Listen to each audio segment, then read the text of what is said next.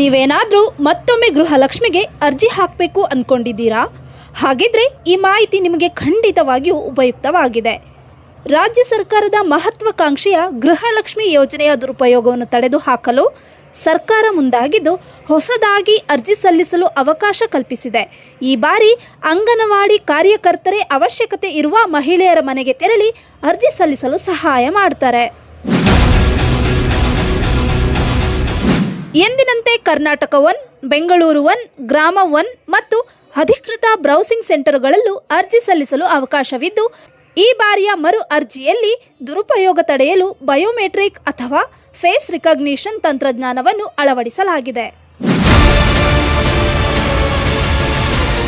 ಹಾಗಾದರೆ ಯಾರಿಗೆಲ್ಲ ಅರ್ಜಿ ಸಲ್ಲಿಸಲು ಅವಕಾಶವಿದೆ? ರಾಜ್ಯದ ಮತದಾರರ ಪಟ್ಟಿಯಲ್ಲಿ ಹೆಸರಿದ್ದು ಮನೆಯ ಯಜಮಾನಿ ಅರ್ಜಿ ಸಲ್ಲಿಸಬಹುದು. ಈಗಾಗಲೇ ಗೃಹಲಕ್ಷ್ಮಿ ಯೋಜನೆಯ ಫಲಾನುಭವಿಗಳಾಗಿದ್ದು ಮಾಹಿತಿ ನವೀಕರಿಸಬೇಕಾದವರಿಗೆ, ಹೊಸದಾಗಿ ಯೋಜನೆಯ ಲಾಭ ಪಡೆಯಲು ಬಯಸುವ ಅರ್ಹ ಮಹಿಳೆಯರಿಗೆ, BPL ಮತ್ತು APL ಕಾರ್ಡ್ ಹೊಂದಿರುವ ಮಹಿಳೆಯರು ಅರ್ಜಿ ಸಲ್ಲಿಸಬಹುದು.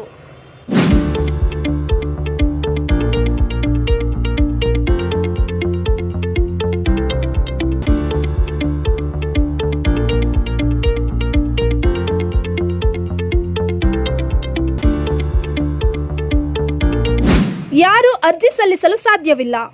ಹೌದು, ಮೃತಪಟ್ಟಿರುವ ಗೃಹಲಕ್ಷ್ಮಿ ಫಲಾನುಭವಿಗಳ ಹೆಸರಿನಲ್ಲಿ ಮರು ಅರ್ಜಿ ಹಾಕಲು ಸಾಧ್ಯವಿಲ್ಲ. ಆದಾಯ ತೆರಿಗೆ ಪಾವತಿಸುವವರು ಹಾಗೂ GST ಫೈಲ್ ಮಾಡುವ ಕುಟುಂಬದ ಮಹಿಳೆಯರಿಗೆ ಈ ಯೋಜನೆಯಡಿ ಅವಕಾಶವಿರುವುದಿಲ್ಲ.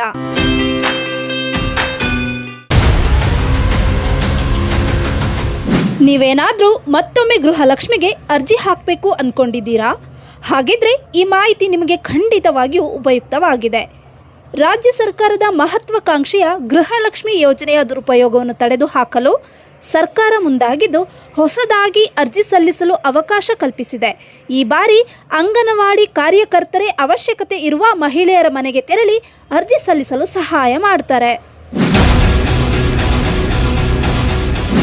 ಎಂದಿನಂತೆ ಕರ್ನಾಟಕ 1, ಬೆಂಗಳೂರು 1, ಗ್ರಾಮ 1 ಮತ್ತು ಅಧಿಕೃತ ಬ್ರೌಸಿಂಗ್ ಸೆಂಟರ್ಗಳಲ್ಲೂ ಅರ್ಜಿ ಸಲ್ಲಿಸಲು ಅವಕಾಶವಿದ್ದು, ಈ ಬಾರಿಯ ಮರು ಅರ್ಜಿಯಲ್ಲಿ ದುರುಪಯೋಗ ತಡೆಯಲು ಬಯೋಮೆಟ್ರಿಕ್ ಅಥವಾ ಫೇಸ್ ರಿಕಗ್ನಿಷನ್ ತಂತ್ರಜ್ಞಾನವನ್ನು ಅಳವಡಿಸಲಾಗಿದೆ.